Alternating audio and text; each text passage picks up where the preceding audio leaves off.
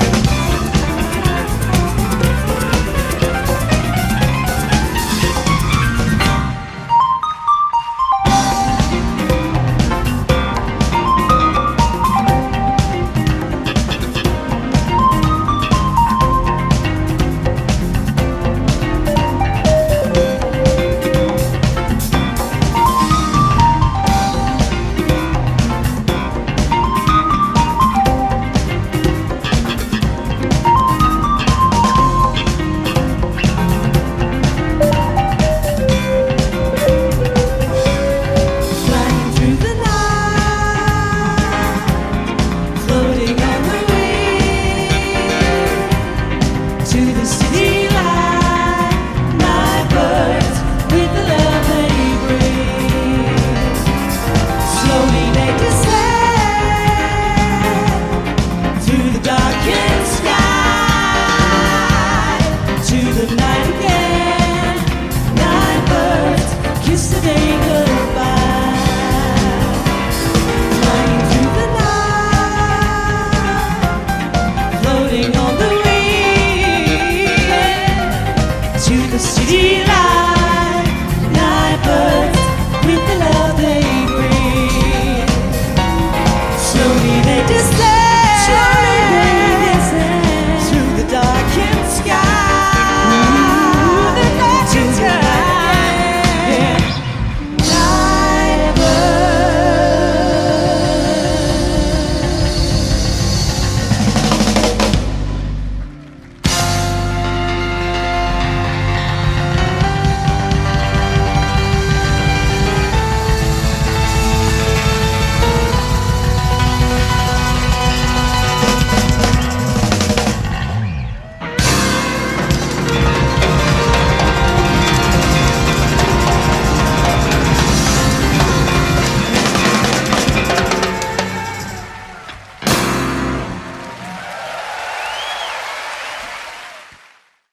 Well, that has got to be one of the most toe-tapping concerts I think I've ever witnessed. An incredible, featuring our wonderful guest tonight.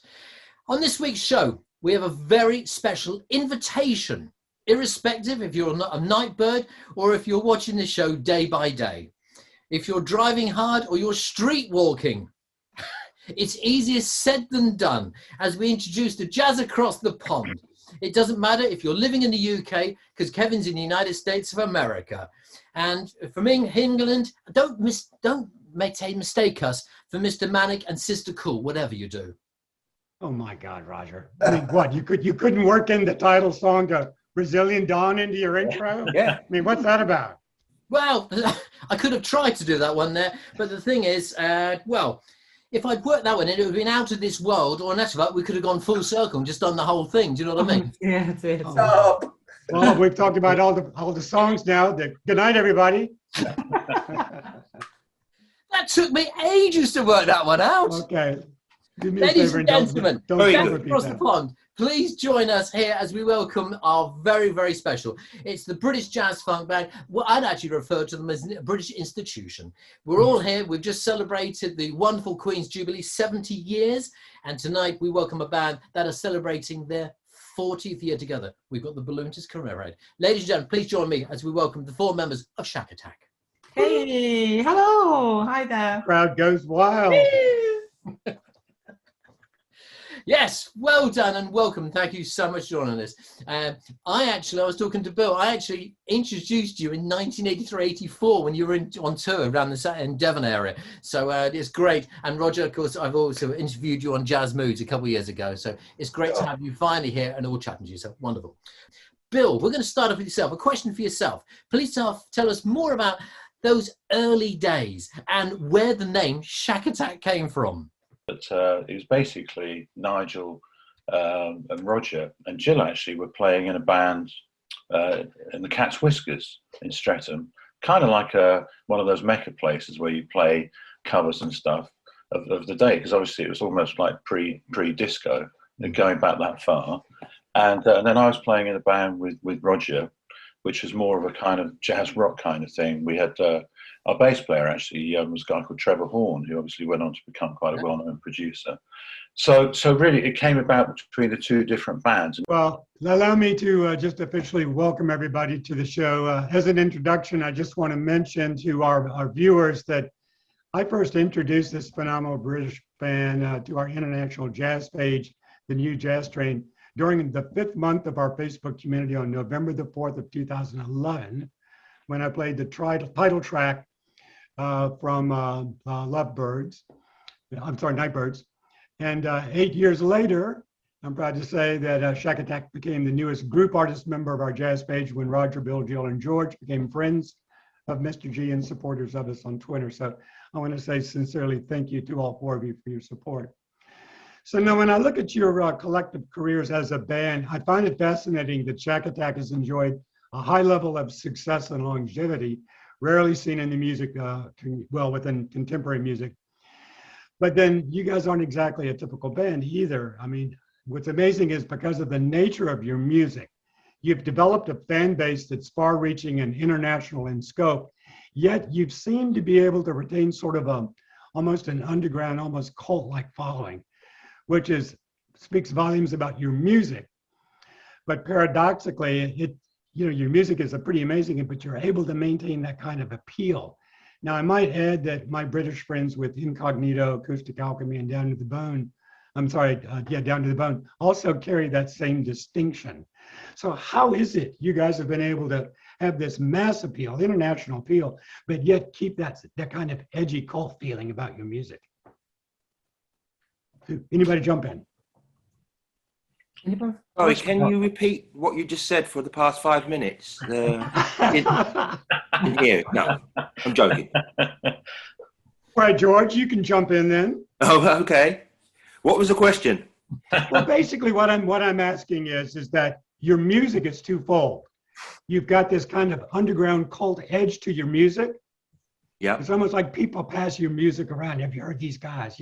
Like back in the day. But yet your music still has this international appeal. I mean, you guys have been on multiple world tours. You're popular all around the world. It's unusual to see that combination of something that's kind of unique, but yet wide-reaching. Okay. So what is it about your music that makes it that way? I think the cult thing kind of came about via our jazz funk beginnings. And it was a kind of a cult thing. We were totally unaware that it was a cult, but that's how our music was kind of handed around because of 12-inch vinyl. Obviously, the internet wasn't invented then. So that's how bands like us built up followings by 12-inch singles being played at clubs, etc., etc. And then the fans would say, "Oh, have you got this latest white label, etc., etc." So that's the kind of cult thing. And obviously, us becoming multi international jazz rock or jazz funk stars came because of the success of Nightbirds, Easier Said Than Done, etc., etc., and our profile being raised via the BBC and Top of the Pops, really. Right. So that's it, yeah. Well, I mean, that's the way it happened for me back in the 70s. It was the same thing. A bunch of us were together. We'd drink a couple of pints. Everybody would bring an LP. And we'd play. I mean, that's how I got introduced It's a very to common thing, yeah. Oh, yeah, chicory, all that. I think that happens all around the world. But you guys do have that kind of appeal. Roger? Well, George, you mentioned the wonderful word "easier said than done." Of course, that gave the band their first radio exposure, and it got into the top 20. And you then became known as an instrumental unison vocal sound, of course, with the lovely Jill. And then, of course, the hits kept going on. The Nightbirds in 1982. You had a minor hit initially in Australia. It took a little time for them to get used to it, but that's Australians for yourself. And then, of course, then you got your first gold album. So, Roger, please tell our followers more about the Easier Said Than Done and the big breakthrough, because you co-wrote the song. What was that moment when that single came out and there it is, suddenly it's a hit? What was the feelings like? What was the emotions like in the band to suddenly hit it?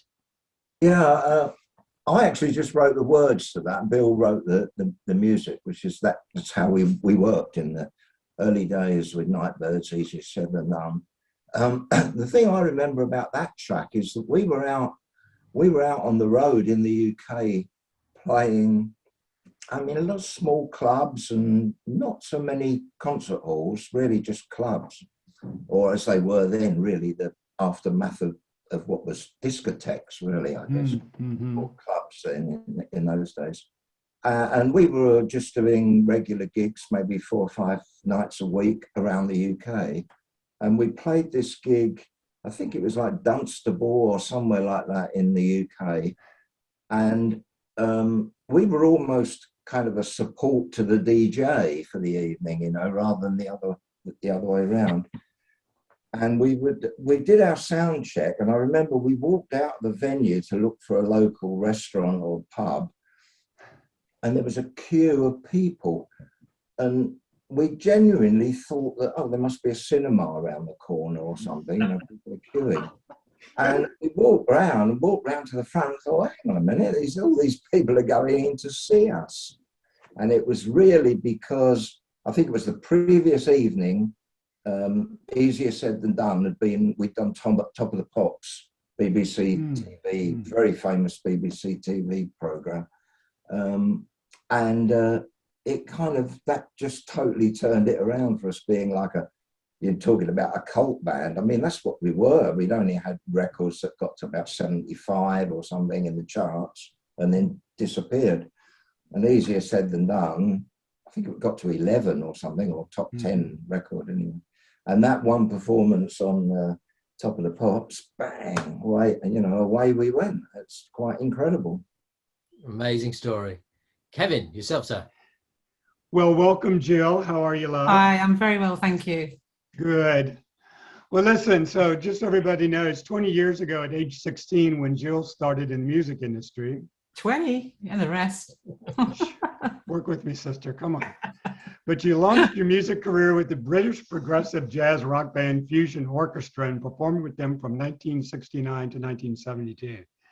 The popularity of Fusion Orchestra developed an exceptional fan base, and the band secured a record deal with the MI Music and released their first album, Skeleton and Armor, an album that immediately received critical acclaim. And as a matter of fact, with serious music lovers, it's actually considered a collectible. But after Fusion Orchestra split, you became involved in a new all-female group at the time called Brandy. And the band was produced by Polydor and was active for about 3 years until, or at least in the UK and Europe, until they disbanded in 1976. Shortly thereafter that, you're spotted by the band leader, Nicky North, of the soul funk big band Cat's Whiskers, now Easy Jazz Cat.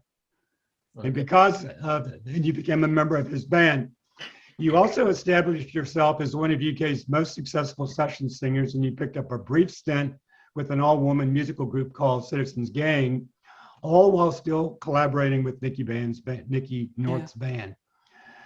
So the question I want to ask you is that obviously after you meet Nigel Wright and then Roger Odell of Shakatak, you're invited to the group. You perform the vocals on a little track I think everybody knows called Steppin'. Yeah. And then you appear on 9 top 10 records with Shakatak, and you're invited to become a permanent member of the band. They whisk you off on a world tour. So now I'm a big believer that events in our lives don't occur by happenstance. So when opportunities arise, you have to be prepared to grab it. Mm-hmm. So Jill, if you would share with our viewers, what disciplines had you developed over the years that enabled you to successfully step into the opportunities when they were given to you? It's a great question because you just mentioned most of the qualities, which is being on the road, constantly learning your trade, and the rough and the smooth combining. And there's a lot of rough at that stage of your career, and it does discipline you. And which was why when it did get to the Shakatak stage, I was so aware that this was actually something to take serious. And I, whatever the band were doing, what the band were involved in, I always made sure I was there in case they needed me for extra vocals, etc., etc. I knew it was like you say, a bus of opportunities. So I used all my skills, all my past, all my my past CV, everything I'd taken on board whilst touring with these other bands, to apply it to Shakatak, and I still do. I still use the same. But I mean, part of the success of Shakatak is that we all get on really, really well. You can't be a diva. I mean, I can pretend to be a diva sometimes, but you learn to work with people. We work as a democracy. All those things you learn whilst you're on the road from way back in 20 years ago. Just 20 years ago when you were 16. We'll stick at that. Okay, George. Yes. George, I'm right in saying you first started to play the bass trombone And that was your first introduction to music. And it wasn't until you were listening to all different times of genres of music, then suddenly you heard of jazz and you started listening to the likes of Miles Davis, John Coltrane, and your interest in jazz really blossomed. At 16, you started to play the bass. Now, you were going for an audition to work with a band that unfortunately didn't work. You then picked up a copy of The Melody Maker. It's an English magazine. It's the Bible for musicians. And you look through there, and there was an advertisement. They were looking for a bass player for a little British band called Shakatak. So can you tell our followers more about that fateful moment of picking up the Melody Maker and going to the audition with the wonderful Shakatak, please? Well, the ad, it didn't say Shakatak. It said band with record contract.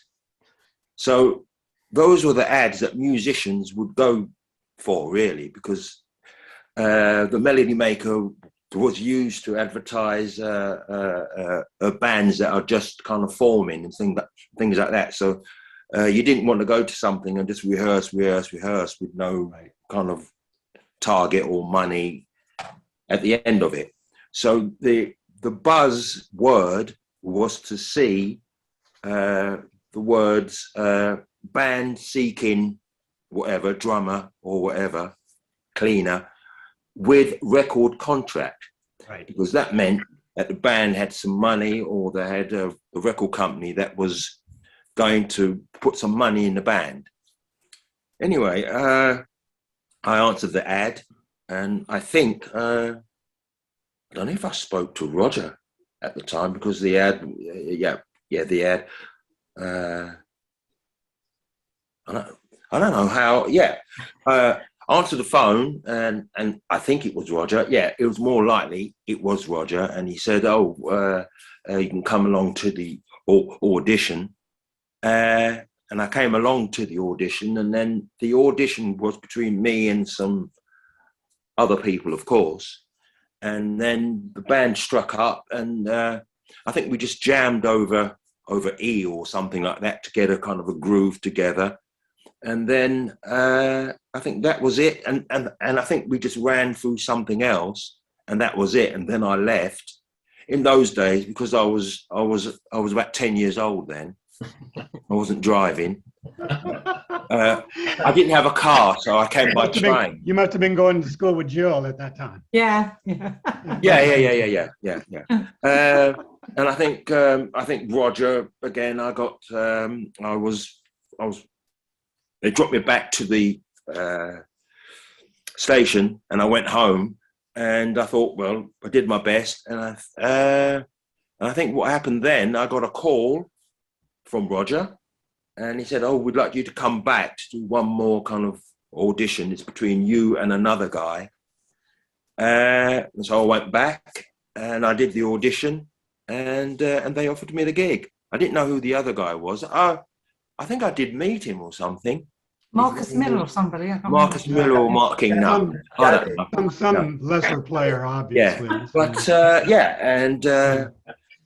and since I joined the band, because you can see, the band weren't doing very well, and as soon as I joined the band, everything took off. So that's my contribution. Yeah, little to George. Yeah. I can certainly see what you're saying, Jill. There's no egos at all, is it? There's no Nothing. Well, there never used to be. A couple of crept in over the years. Now, what I would say is, I mean, you work together. You're a family. You're a unit. You work together, but then you also are able to go off. Now, Kevin was talking about Jill. Jill's got a couple of wonderful solo albums produced by George. They are brilliant albums, well worth adding to your collection. They are fabulous. And when we talk about George, well, there's a whole series of albums, and they are incredible. And I love this one, the new one that's come out, which you recorded during lockdown. Yeah. You obviously saw there was a grounds to do that, all the rest of it, and I take my hat off to you. That is a fabulous album.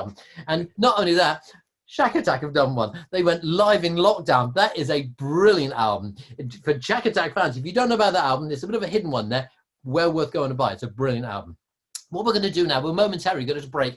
We've been chatting a lot about the Easier Said Than Done, the song that did it, the song that put you guys on the map, and well deserved. I was working in a nightclub in Torquay, and I heard this song, and I used to feature it in the nightclub, and I had the dance floor full of people, and it takes me back a little bit. So we're going to break momentarily now and play Easier Said Than Done by Shakatak. We'll come straight back to this interview because we want to talk to Roger and we want to talk to Bill, and then we're going to talk about Shakatak and their wonderful album, All Around the World, the 40th anniversary. Brilliant. We'll come back momentarily. Here's a bit of Shakatak and Easier Said Than Done.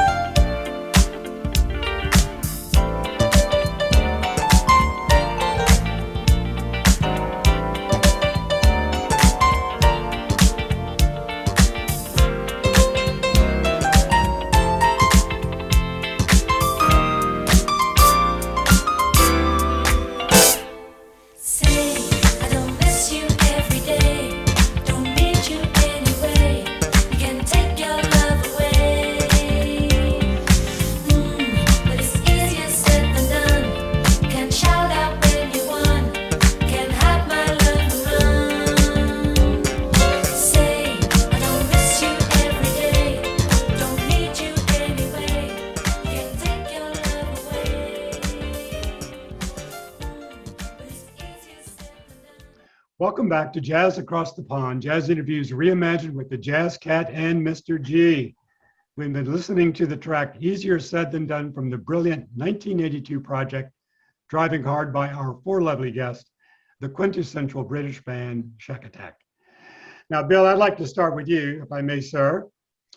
In 1988, Shakatak was commissioned to write the official song for the Kinwood Cup Regatta entitled Racing with the Wind, which was utilized in the Japanese Kinwood Cup advertising and was also released that year exclusively in Japan.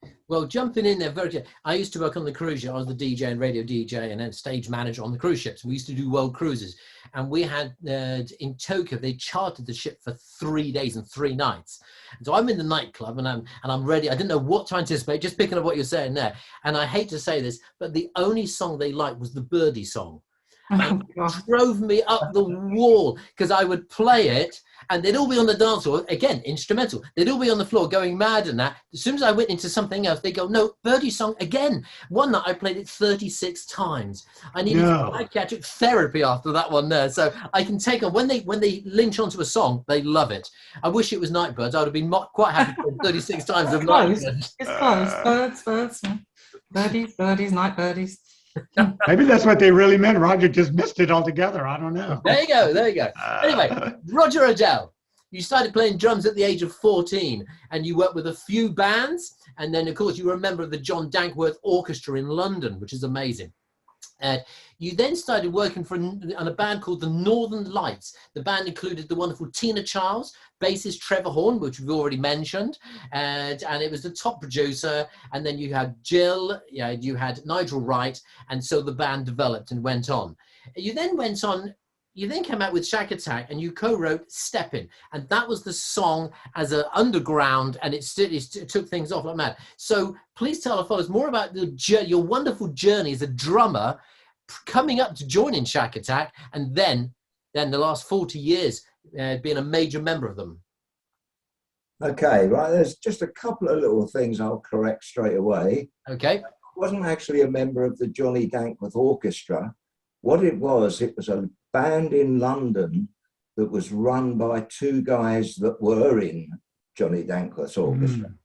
Actually, the 2 trombone players, and they ran a student big band that was most of the really good young jazz players in London joined, for kind of practice at playing that kind of music. It was all reading music, kind of Count Basie and Duke Ellington sort of style. So it was a real great learning process for me. So I managed to join that band. And then you mentioned Steppin'. Steppin' actually is a complete instrumental, and that was written by Bill. So in the early days, I only ever wrote words to some of Bill's tunes. I didn't contribute the tunes myself, and neither did Bill write words. Well, I think he had a go, and it was so awful that we banned him. So anyway, so that was in the early days, because we all write now, of course. How could you say you didn't like what I wrote? That's it. The band split. Yeah, live on air. Live on it. It's official. 40 years, it's over. That's it. So my early beginnings was, the student bands and stuff. And I was maybe in my late teens, maybe 17 or 18 years old. And then very, very quickly, I moved on to play in various jazz groups around Cambridge, because there was a good jazz scene in Cambridge because of the university and everything. And then I kind of got into, I think it was Blood, Sweat and Tears or a few. I've not been into pop music. In the very early days, I was a big Elvis fan and Bill Haley. And then I kind of went very much into the jazz thing. And then I kind of got back into the funk and more pop music really a bit later on. So I kind of went backwards and forwards between being a serious jazz head and then like a pop guy. And when I joined the Northern Lights, which was kind of in a way my first big time pro 6-night a week full on gig, that was when I was playing, that was all chart music, top 20. We'd do about 3 or 4 new tunes every week, So that was that side of it. And that's kind of really where I obviously met Jill. And the other thing was when I was doing that gig, that was the Northern Lights gig, I wanted to play the new kind of jazz funk, jazz rock music that was coming out of the States with Herbie Hancock and Roy Ayers, Chick Corea, Weather Report, Miles, etc. Right.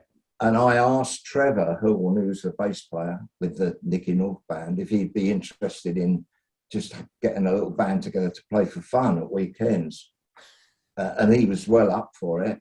So I made inquiries I lived in Bishop Stortford in Hertfordshire. I knew Keith Winter, guitar player, because I used to work in his dad's function band. There you go. And actually, I'd done a gig with Bill when he just played flute, and somebody said, "Oh, I put the word out. I was looking to get a keyboard player for my new little jazz funk band. Nothing to do with Shakatak then, of course." And they said, "Oh, you want Bill Sharp? He's brilliant." I said, "Yeah, oh, no, he's a flute player. He's no good to me." No, And his lyrics are horrible. yeah. He's tough, yeah. So I got in touch with Bill and I said, "Oh, I hear you play a bit of piano." And he said, "Yeah." So are you interested? "Oh, yeah. So we had this little 4-piece band playing kind of early, little bit jazz funk, probably a little bit more jazz rock as it became, more Chick Corea. Right. And then because I knew Jill, and we're doing sessions in London with Jill, and the guys that were doing those sessions really had the idea of doing some original music, and Bill did that. In fact, the track Step In that you mentioned, and that was kind of in a way the seed for Shakatak. Really, I think of it as a combination of the Nicky North band, or the people that were involved in that band. Mm-hmm. Nigel Wright was in that band, and then the little Tracks band, which was like me, Keith, and Bill from Bishop Stortford. So that was a kind of mishmash. Well, like we've already mentioned with George and Jill, and we're going to be talking to Bill any second now, because you also diversified and were allowed some free time to start up another band called Beatafic, which is a brilliant. There's a few albums out there, and again, if you're a Shakatak fan, add these to the collection. They are wonderful albums. They really are, and I love them. I play them frequently, like all your music on our Jazz Mood Show. Kevin, over to you, sir. All right, Bill Sharp. So born William Jeffrey Revel Sharp. Is that correct, sir? Can you say you would only answer to your full name? Is that what you said earlier? Actually, Ravel. Oh, Revel. Ravel, like the composer. Excusez-moi. Excusez-moi. Merci. Born in Bishop, is it pronounced Stafford? Bishop Close, Stortford. Yeah. close enough. All right. But you're an accomplished composing keyboardist. You've worked with for Shakatak for years. You've been a solo artist. You've collaborated with some exceptional musicians, including Gary Newman, Jeffrey Osborne, and Don Grusin. You wound up attending Birmingham University, where you gained an honors degree. You worked at the BBC as a studio manager for like 6 years. And then in 1980, became a founding member of the English supergroup, Shakatak. In 1985, you team up with Gary Newman and you're billed as Sharp and Newman, and you recorded a British top 20 hit song called Change Your Mind. So Bill, my question to you. Over the years, you've worn many hats as composer, soloist, studio manager, music collaborator. You've been part of a duet. You've traveled around the world on numerous occasions with a small ensemble. So Mr. Sharp, you have worn many, many hats over the years. And my question is, of all the hats that you have worn, how has that shaped you as an individual in your career? And was there one hat that was the most beneficial that you've worn in the past? Well, I think all of us would say the same thing, really, that the Shakatak is the is the glue that has kept us going, kept us together. So for me, when I, as you say, I work with lots of different people. I enjoy working with, you know, obviously working with Gary Newman was different because that was more sort of electronic stuff. And I worked with a guy called Eddie Fast, sadly no longer with us. He was the guitarist in Motorhead. We did a blues album together. So I worked with lots of different people, but it's great to do it and try different styles of music because I enjoy it. I enjoy doing that because I like all kinds of music. But Shakatak's always kind of been the main thing. And I think working with different musicians and different artists, maybe you're working on another project, so you perhaps bring some different ideas back to the band. Mm-hmm. So for me, it's always been a priority. It's always been Shakatak. Everything else is if we've got some downtime or we're not doing so much. Or quite often, you know, when I've worked with people, you just meet someone and you say, let's do an album together, you know, and you sort of joking, but you end up doing it. That's happened to me quite a lot, really. So going from blues to electro to all kinds of different stuff, obviously with Don Grusin, that was great. I mean, I had the opportunity to come out to LA and we recorded before the thing with Don, I did a solo album in LA called State of the Heart, where I got to work with all the top LA guys and stuff. So that was pretty special. But always with Shakatak as a priority. So I hope that my answer, I guess, to your question is my main hat is Shaka hat, the Shaka hat. Oh my golly! Thank you, The Shaka thank you. hat. I'm here all week, and everything else is sort of you know, other little hats and stuff like that. Well, so again, another fabulous selection of your music, so absolutely tremendous. Now, I'm going to ask a question now of Jill and George. Okay. Then, this is a question that Jill and George, the wonderful, fabulous song "Day by Day."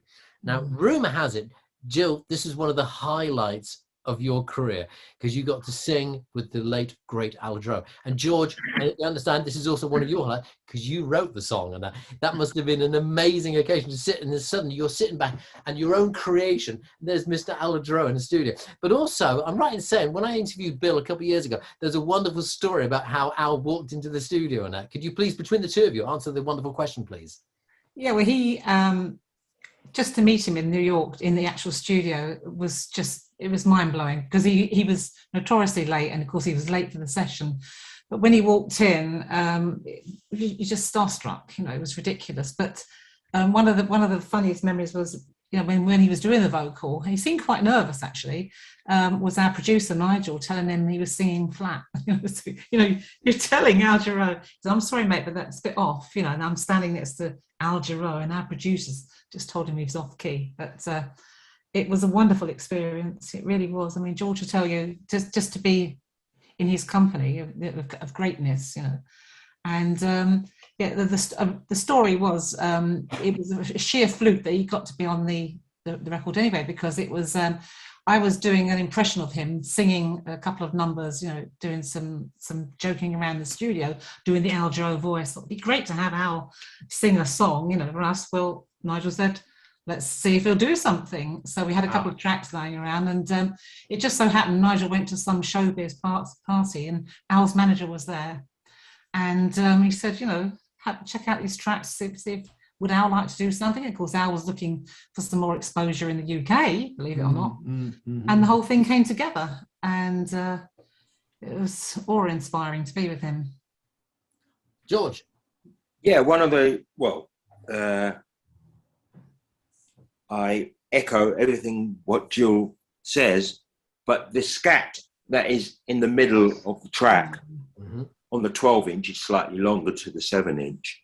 I think the vocals were already done, or the majority of them was done, and then we were kind of intimating to Nigel, it'd be good if we can get Al to scat on the track.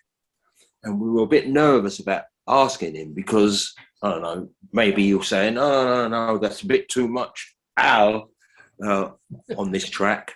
And Nigel asked him, in this section, would you do a scat solo for us? And he says, yeah, of course.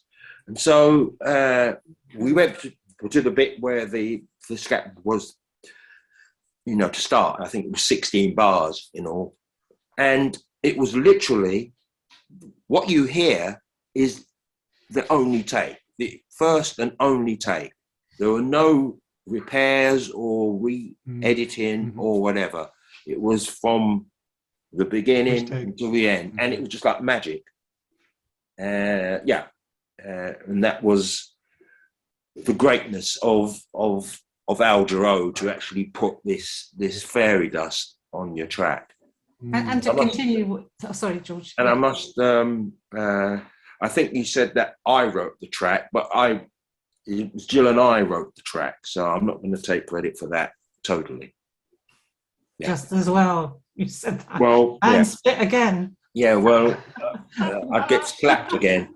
So yeah, Yeah, I'm good at slapping. yeah. No, but I mean, what it was, like George says, it was fantastic. And then after the track was mixed, he came over and did a video, you see, which was another Yeah. phenomenal. And because we Yeah. spent some time rehearsing with him, and at his hotel, we hung out, and I thought, this is just unbelievable. And, and it's true as ever, musicians, although he's this wonderful godlike talent, he's as insecure and as shy as the rest of us. You know, he's a lot of it show, and he gets nervous. In fact, he was more nervous than I was doing a TV show we were doing in the UK. He really was nervous. Huh? Incredible. Yeah. Well, I'm surprised that Al didn't tell the producer. Actually, I'm on key. They're a little sharp. Yeah. Yeah, That's what he said to me. You know, I mean, who are you to tell me I'm flat? You know. you did But clench anyway. your buttocks when he said that. It was, wow, it's like, I where do we bet. stand It's like, now? You know. oh my gosh! I know. It's like, Yeah. Okay, last couple of questions. wait a minute. What were you gonna say, Bill? Oh, I was just going to say, in with the owl thing in the background, there's a little picture I've got on the wall, which Oh. is from the very sessions that we did. So it's a picture of myself with Al, and it's one Yeah. of the treasures, you know, because it's a lovely memory of the Yeah. experience we had, you know. So Yeah, it was hard for me the last time he played the Richmond Jazz Festival here. He had to sit the whole time, yeah, and it just killed me, you know, to see him toward the end of his career. And Yeah, 'cause he was always so vibrant and had so much energy and always happy. It's and- sad to see him. Yeah, it was, but That's but the man could still sing those. That was pretty Yeah. amazing. Mm. All right, so throughout the long career of Shakatak, you guys have released over 50 CDs. You've had 3 DVDs that you've done, and most of your extensive back catalog is now available worldwide on iTunes. Now, as part of the band's celebration of 40 years together, you guys have released an incredible project called All Around the World, a 40th Anniversary Edition. It's an impressive 3-disc and DVD project, which includes a historical look back at the band with text and photos that are all knit together rather nicely. Now, All Around the World includes what I definitely would say would be Shakatak's best classic live recordings. Plus, I think you introduced like 4 brand new compositions. So, Bill, if you would, tell us, what was the backstory with all Around the World? You know, what can you tell our viewers about how it came about, how the concept was put together, and also where can your fans and our viewers get a copy of the project? Well, I guess it was something that we've talked about for quite a while. Having a sort of retrospective thing. We've had obviously a lot of compilation albums put out and different stuff like that, but there hasn't been something where we've kind of I say curated it ourselves in a way. So we were very much in control of it with photos and ideas, and so there's a real mixture of stuff that people probably haven't heard before. There's actually some 2 or 3 early demos that I did of like invitations, and actually easier said than done. Like I used to sit at home with a Dr. Rhythm box and a little piano and stuff. So there's lots of kind of interesting stuff, and there's all the collection of all our videos as well, and appearances on Top of the Pops. So it's a really it's a nice comprehensive look back at our career, 40 years. And of course it was due to be released in 2020, but then of course Because of COVID, the world changed. So that was it was kind of put on hold. So we've sort of been going around really in a way saying 2022 is our 40th anniversary, and of course that's getting rid of 2 years, which is great. So and then in terms of if people want to get hold of it, you know, there's our company's Secret Records.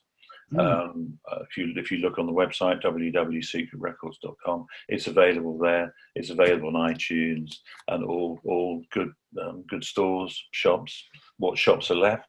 I mean, although they're talking of Japan, they still have Tower Records. It seems Japan is kind of an oasis of the things that we used to love, like walking around record stores and just spending an hour or two in a record store. So it's available worldwide, and And I think it's extremely good value for money as well. Mhm. Yes, I totally agree. And I think it's an ideal Father's Day present as well. Well, I mean, Ooh. birthdays, Christmas, you name it, you know, I think it's a Funeral. Thanksgiving. Labor Day. right now, there's a question I asked at the beginning of the interview, and obviously got with everything else. So I'm going to go back and ask Roger this question. Roger, Shakatak, where did the name come from? Just the right person. Mm. Well, when we first started, Bill had done the track Step In, and the guy that was sort of became our manager, Les McCutcheon, and Nigel Wright, who became our producer, they used that track, made some white label copies of it, put it round the DJs, and the company that got it to all the DJs around the UK was a shop in London, in Soho, called Record Shack. Mhm. We didn't have a name. We just had gone into the studio and recorded this track with not being a proper band. So when we were all sitting around later on, I think when the record label Polygram heard the white label and got in touch and thought, you know, this is really major clubs and going down the storm. There's a bit of a mystery who did it. I think a lot of people thought we were an American band because it's quite an American sound, that early stuff. That's true. Anyway, we needed a name quickly. The record label wanted to move with us, so we were sitting around and we thought, oh, it'd be nice to use some Shack, you know, because the Record Shack shop had done all the mail out and stuff, helped us. And then somebody came up with Shakatak, and we were putting all kinds of names out. And as soon as somebody said that, it was like, wow, that's it. And I think one of the guys it might have been a relative of Nigel, was a graphic designer, and I think it might have been him that I can never remember now who came up with it, but the name. But certainly I remember a graphic designer going, oh, Shakatak, leave out the one of the C's and blah, blah, blah. And he Slap a K on the end of it. and we use it to this day, and it was so off the cuff, you know. But I think our logo is really good. It really Very much so. works. Yeah, and I'd that was also the add. Shack. I'd also add the fact that Shakatak is worth 58 points on a game of Scrabble. So, but that's another case. Would it be allowed? Yeah. Yeah. Not a My proper game, word. that's my rules. Okay, Proper noun. we've spoken about the new album now. Let's talk about, very quickly, let's talk about tours. Now, Bill, you mentioned about hoping to go back in Japan in November time and that. Now, you're also, of course, you also go to the jazz rooms in London, which we're going to talk about. But of course, coming up very, very soon on the 17th, today is actually the 13th today. So on the 17th, in a few days' time, you're going to be at the New Theatre Royal in Portsmouth.